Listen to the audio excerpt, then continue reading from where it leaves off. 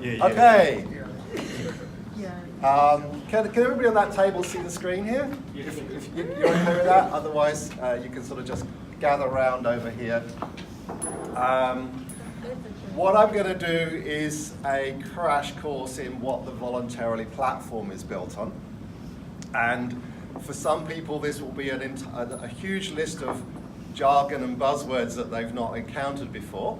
And some of you will be going, oh God, yawn, yeah, I know all of this stuff. Okay, if you know all of this stuff, please come and tell me afterwards, and we'll be using you to tell everybody else. Okay? You're not meant to tell them that. You just need to say, come afterwards, there's a prize. There's a prize, yes, there's a really good prize. But just as before I even show you anything, hands up if you know how to write code in the MERN stack. Great, we've got one. Okay, we'll take that. That's great. By the end of the day, I'm hoping we will have 20. Okay, even if you came along here not to code and to write and to just draw pictures and all the rest of it. This, I want you to know, this is possible for everyone, wherever you are at in your experience as a developer, whether you've just starting to learn or you've been doing it like me for 40 years, there is something you can do in this project, okay? And we'll talk about what that is. After my session, then, Walt's going to give you a quick tour of what we have in terms of the design and how the system will work, and what it should look like as well. So, as you've heard, our goal is to support education and innovation in New Zealand schools with industry experts and volunteers in the classrooms. And one of the ways we want to use volunteers is to help build the platform in the first place. So,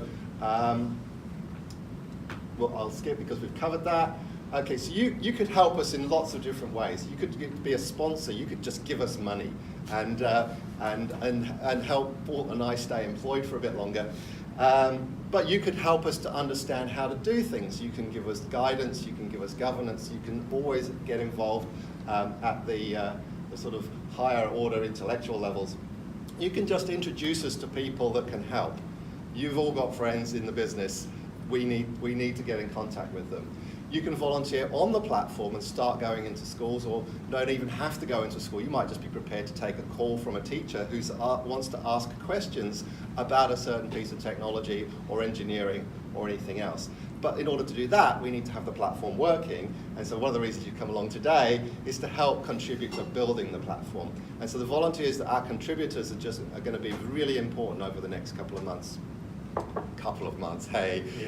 Next couple of years, because there's so many ideas and features that we have came out of our December Hackfest that we have enough strategy and tickets in terms of features to keep us going for a couple of years. So, and every day I think of new ones. Yes. So if you don't like those ones that are in there, and then.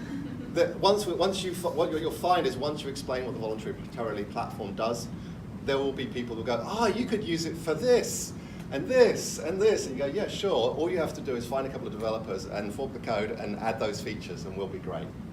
Okay, so this is what we're here to look at today, contributing to building the platform. You do not need permission to join the club. Okay, it's great that you're here, but if you are in France and you find the Voluntarily platform on GitHub and you want to add some code to it, you do not need our permission. It's open source in the most open source sense. There are some key places which I hope everybody's been introduced to in the mail-outs, but the current Voluntarily website will tell you what we're here for and what's going on, and at some magical point in the next few months it will turn into the application itself as our production host. Talk to everybody, talk to each other on the Gitter chat room. That's free to access. You don't need to do anything complicated to get in there, and just go in there now. Today, say hi, ask questions. That means that I won't be a bottleneck. So you do not have to ask me how to do something as soon as there's the community here to help answer that question. All of our sort of development stuff, the documentation, the tickets, the to-do lists and all the rest of it are on Voluntarily Atlassian, that's Confluence and Jira. And the Coder course is at GitHub, and we'll get to that in a moment. Here's the first challenge. Now, as I said, you're all coming in at different levels. Some of you will have already done this, and some of you will be learning to do this for the first time. We are happy to teach you how to do that. It's part of having the fun, it's part of the learning experience here. At the end of today, even if we haven't added no new features to the product, but we have a bunch of people who know a lot more about how to work in the system, that's a big success for me. But this is a very simple challenge. All you have to do is clone the code, check it out, make a simple edit to the contributors file to add your name, saying I'm a person involved in the project, and check it in and send us a pull request. And there's a few little catches in there to see how to do that. This doesn't have a down button. Okay. Okay. So I'm going to come back to that a bit later. So if you do not need to know how to do this, then don't worry, we'll carry on. If you do need to know how to do this, we'll have a little session after the beginning, and I'll walk you through the details there. Just quick hands up as I go through here. Who has no experience with Git? Okay, a couple. That's a lot that do. That's great. That means there's definitely somebody next to you who you can ask. Who has no experience with Node? Okay, a couple more. So Node is very easy to use. It's just a runtime JavaScript library. And so if you've ever run a script of any other description, once you've installed Node, you'll be able to do a hello world. And again, I can show you how to do that. Who has no experience with Mongo database? Sorry, let's do the other way around. Who has experience with Mongo database? Okay, a couple, great. Now that's not a big deal. Let's say, who has experience with an SQL database? Okay, right. So if you can do that, this is loads easier, okay? Mongo database is simply a document store. We create little files which are JSON, and we throw them at the database, and it remembers us for them, and then when we ask for them back, we get them back. And we can do things like search on fields and things like that. But from the point of view of our application, you barely see it. It's just under the hood looking after the data. But you do, for our development purposes, you're going to need one running, and there's some instructions on this on the wiki here and in this slide. If you want to read along with this slide deck, and you've already got the code base checked out, you'll find it in the docs folder. So you don't actually have to wait for me to show you how to do stuff. All of these links work and things like that. Anyway, if you're on a Mac, brew install MongoDB, run MongoDB. That's all you need to do. All the defaults are fine. If you're on a Windows, somebody on Windows is going to have to tell me what to do there. I don't know. Sorry about that. Get the source code. So again, who has already got the source code? Okay, cool. Who has not got the source code? Not so bad. Okay, great. It's very easy to get the source code if you've got Git installed, git clone, feely2.git, go into the folder and then run npm install, which sucks in all of the extra libraries and things that you'll need to run the system. Okay, very easy to do. And once you've got it, if you just do npm run dev and open up your browser, at 3122, you should see our landing page. Who's already achieved that? Great. So there's already somebody sitting next to you who knows how to do that.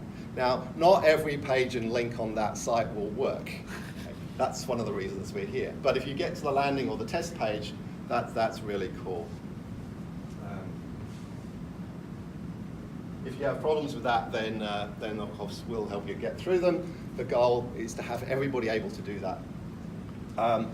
There's on the slide deck here, we'll go into for the trainees, as it were, a bit later on. This is how you can make a change. And so the second little challenge. The first little challenge was add your name to the contributors list. That doesn't require you to know a lot about the code, just about how to get something out, edit it, and then ask for it to give it back to us with a pull request. If you want, then the next challenge is simply to make a really simple edit in the code and run the tests and see that it has an effect in the application. And so what we're asking, there's a hello.js file, very simple bit of JavaScript code that prints out the hello world, and we just want you to edit it with your name and then commit it back, and then check it runs and see it on your local machine. We don't want you to check that one in because that will be a bit messy. Again, if you don't know how to do that, then on the slide deck here, you'll see the instructions further down, and I can come back to that. for time. Okay, we've got, when you actually do make code changes, before you check them back in, we want to make sure that you're putting good quality stuff into our system. So we've got two things you can do. Lint, who knows what lint is? Who says that lint is the white stuff that comes out of your tumble dryer? Yes, and your bottom of your pockets. Yeah, so it's the little fragments of cotton and all the rest of it. So when you write code, your code fills up with all sorts of little extra semicolons and stuff like that that you don't need. That's the lint. This lint checker, npm run lint, will go and find them for you and say, could you get rid of all this stuff? We don't need it. And if you run fix, it will do it for you. So that helps keep everybody's code looking the same and easy to read and following some standards and things like that. So that's always really valuable. Also, we want you to write and run tests. So the way we work, it's an open source project. That means we're going to be getting code from all over the place. How do we keep it so that it doesn't become just a horrible, horrible mess of technical debt and legacy stuff and all the rest of it, with everybody introducing their own favorite libraries and things like that? Well, on libraries, you just should ask me what we're using. What we have tried to do in building the platform to this stage is set the example. So a lot of the functionality is there, isn't the final functionality we're going for, but is aiming to be, this is how we want you to do it. So this is how we want you to set up the APIs, this is how we want you to create editable forms, this is how we want you to do this, this, and this. So usually when we're adding a new feature, it'll be based on something you already see. And one of the things you should do is look at existing tests and make them run for the new pieces of code that you're putting in. So at the moment, we have tests, about 14 tests, but they actually cover like 90% of the code that is being tested. So that's actually not too bad for a start, and as we add new bits, you'll want to write tests. One of the reasons you want to write tests is it's a lot easier to check your little fragment of code works with a test than it is to try and run it up in the whole system. So again, when you get to that stage, we'll talk to people who know how to run, who here knows how to run Node to write tests for JavaScript? Okay, we're going to get busy. It's pretty easy. Basically you say, oh, I think it should look like this. In fact, if you make the change that we're showing in terms of the hello world, and then you run the test will complain because you've changed it and you haven't changed the test. And you can have a go at changing the test so the test passes. Anyway, when you've, if you absolutely screw up, actually this is always worth knowing, if you actually get into a mess, you've got a couple of choices. One is that you can just check out the base again and it will overwrite your changes, which is a bit dramatic if you've made a lot of changes, but then probably don't make a lot of changes before checking stuff in. Or you know, in worst case scenario, delete the whole folder and clone it again from scratch. And I can tell you I have done that in the past. So if all your tests are running, then you can commit the code back. And again, when you're ready to do that, we'll show you how it's done if you don't already know. And then we can integrate it. One of the things I hope we'll be able to do is actually add a real feature to the code base today. So we've got enough people here to take something small, something very focused, but is real production quality code that does something on the platform. Okay, we've called it a hack fest, but we're not being particularly hacky today. We're not inventing something out of thin air, doing a pitch, knocking up some demos and all the rest of it. We are trying to build a really useful feature, a couple of useful features into an existing code base in a sense that it can is going to be part of the final system. And so you're contributing to the real project and not just playing around. Hands up if you understand what branching is. Wow, good. Okay, great. So the development model we want to use is, I don't want everybody just checking changes into the master code base. That could get a bit unsettling, let's say. Although, hands up if you received an invitation to join the team on GitHub. And hands up, and leave your hand up if you did it. Follow and click through. Okay, good. Right. So those people actually have permission to do merges and put code straight into the system. If you didn't, and you're working on separate copy, you can still issue pull requests to us, and we can pull it from your private, your local databases, your local repositories, I should say.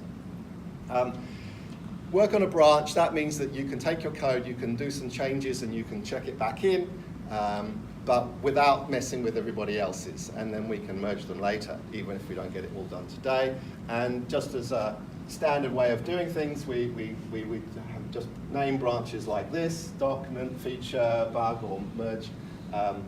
The Jira ticket that we're using, we'll get to those a bit in a minute, and some name, like your name or what the feature is. Okay. Yeah. So there's some more instructions down there, which I'll skip over for now. All right. So all of those buzzwords, we are using the MERN stack. Well, we started with the MERN stack, which is Mongo, Express, React, and Node. And I'll tell you what those are in a second. But it grew, like all these things do. So we've added Redux and AntD and some internationalization and Next.js. So we're now running the Maramina stack or whatever. Anyway, so it is JavaScript all the way down. So if you're writing on code on the server side, if you're writing code on the client side, it's the same code.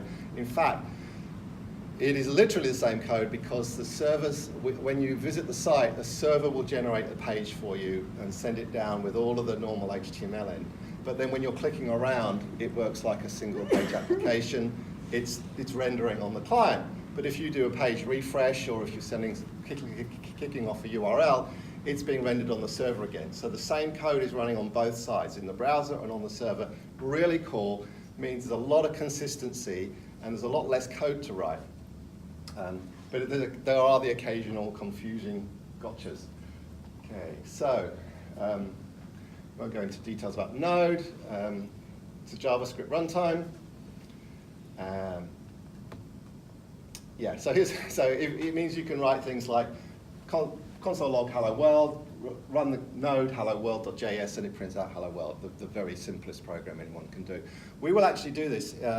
There are some scripts in the X folder for doing sort of admin stuff. So at the moment, if we've got a database, but there's nothing in it when you first start it up, so you want to post some data into it, well, you could go in and use the application itself. But if you want to pre-prepare something in the database, there's an example script there that takes a little JSON file and posts it into the database for you, so you can get things started up. So that's pretty useful. And all of those scripts start with the word node. And Node allows you to do things like write a web server. Yeah, simple as that. Express makes it a bit easier. That basically, Express is adding on top of that Node the ability to run a web server and generate routes and direct URLs to pages of code and all the rest of it.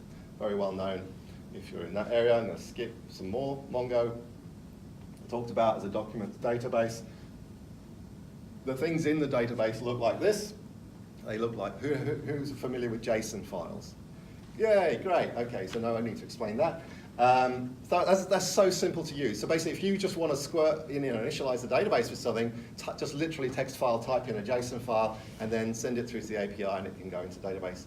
If you want to see what's going on in the database directly, there's a tool that you can download from the Mongo site called Compass.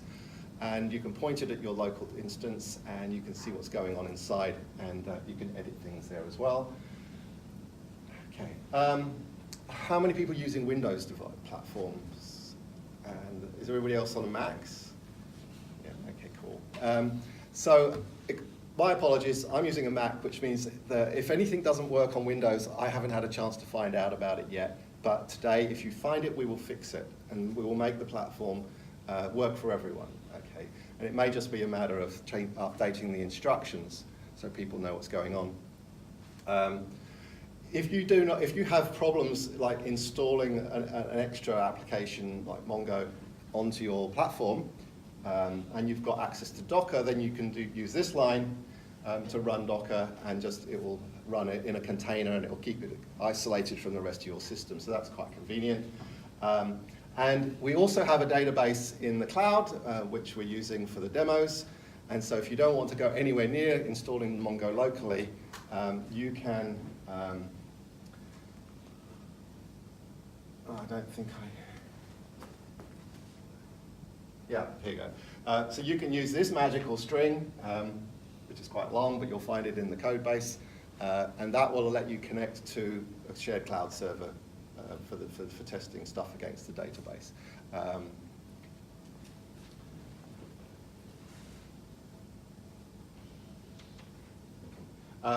When you're talking to a database, everybody, in a programming language, then you obviously need a library that's doing the work for you. We're using Mongoose. Mongoose makes it really easy to define what some data looks like by defining a thing called a schema, and then you can create instances of that object, and then you can just run code like save, just to push it back into the database. Pretty easy to use. Okay, React. How many people are familiar with React? Okay, so when you start to write applications on the client side and you want them to look really nice, one of the things I love is that the code that you write should say what you mean. It should be declarative. It should allow you to not have hundreds and hundreds of weird symbols and be arcane and only you know what it does. It should be really clear, and anybody can come along and go, oh, I can see that this sort of generates a new tag that's a bit like a heading tag, except it prints a super bold title that's used with flashing lights and all the rest of it. So it essentially feels like a simple way of extending what HTML is. How many people have written HTML? Everybody, great. And while you're there, CSS? Okay, cool. If we do nothing else today, some of the pages that are already existing have just been thrown together, so they're functionally okay, but they look nothing like Waltz designs.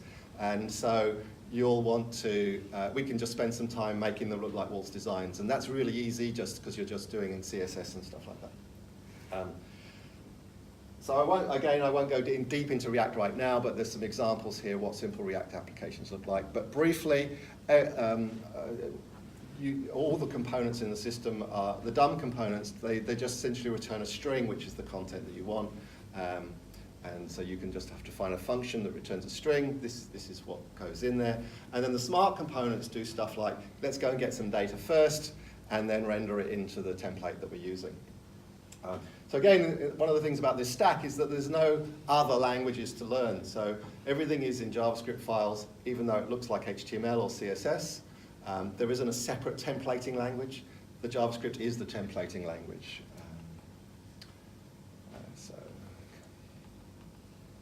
So now we're getting deep into territory, which we probably don't need to worry about too much today. But when there is state in the system, so when you download data from, or if you press a button and you need to remember something, like you've toggled a screen or something like that, it all goes into a single container which is basically coming from a library called Redux. That just keeps it much clearer what's going on. It's consistent, and it's much, much easier to test. It centralizes the state, and it's also quite a lot safer to use. And there are some nice plug-in tools, so if you are involved in the data side of it, definitely install the Redux dev tools into your browser, and then you can open it up and you can see what's happening in your application, so whether data has been retrieved and whether the user's changed it and things like that. Also, similarly, there's some React dev tools that you can install in the browser, and that will help you see what's going on there. Almost there.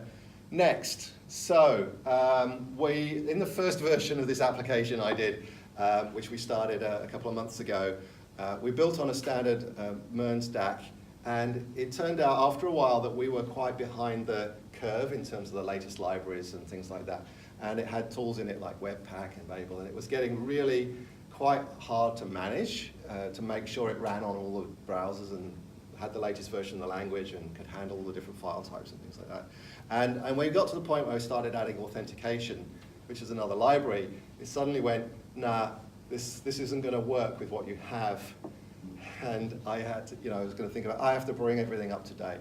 Got tired of that, so I threw it all away and started building on Next. Now, Next is essentially nothing special than a wrapper framework for React, but it gives us a bunch of things that are simpler to use and out of the box.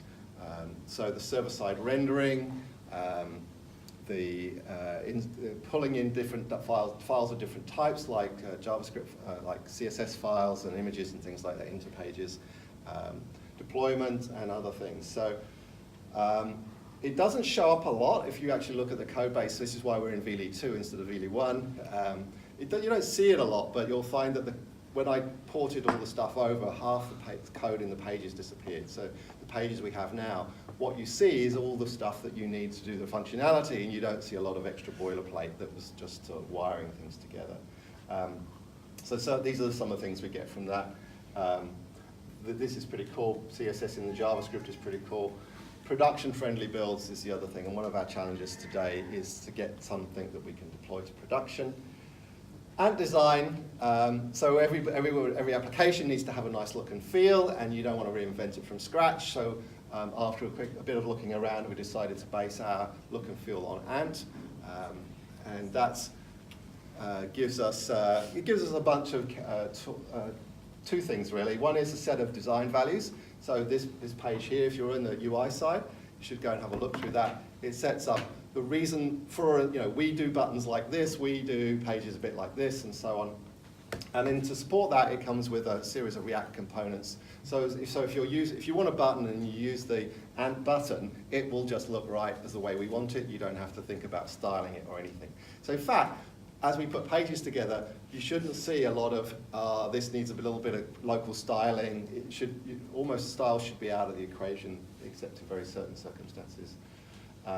And this is this is all you need to do to put them into the code. Almost there. So internationalization and localization is very important to us. It's often a lot of applications are just written in English or whatever your native language is. And that's very convenient because you can just write strings straight into the code and they'll appear on the screen. We are bilingual from scratch because we're New Zealand based and we've got 2 languages. We've actually got 3, but I haven't worked out how to put sign language into the application yet, but we'll get there eventually. So we need to be able to support that. But we're also a big open source project and we want it to be used globally. And so there's no reason not to be able to support French and German and all the rest of it. So there's some pages on the wiki that explain some of why that's important to us. But from your point of view, you don't have to do a lot. You just have to wrap strings in a formatted message. And the formatted message says, well, this is the string I want to appear, here's an ID, and here's a bit of explanation about where in the application it is and why I'm using this string. So that when we generate a translation file, the person doing the translation has a lot more context. So this string is the one that's used to label this page with the big word request in English or volunteer in English. But when I'm translating it into Te Maori or French, I may not use the word volunteer. I may not even have a real equivalent. And so I might want to consistently use that term elsewhere. So when you do translations, it helps to have a lot of context. And the translation system also supports things like doing dates right and numbers right and things like that. Very easy to use. So just wrap your strings in formatted message, that's all. Okay, almost done. So we have identity management in place in a basic form, and we did not roll our own, because that would be silly. We just went with a cloud service called Ortho, I don't know, Ortho, which implements things like sign up, social logins, registration, password resets, all the stuff I hate writing. OAuth and SAML and things like that. Hands up who's experienced with any sort of authentication processes and things. You're going to be really busy today. Yeah, great. Okay, so how are we doing for time? All right. I hope nobody's feeling too overwhelmed.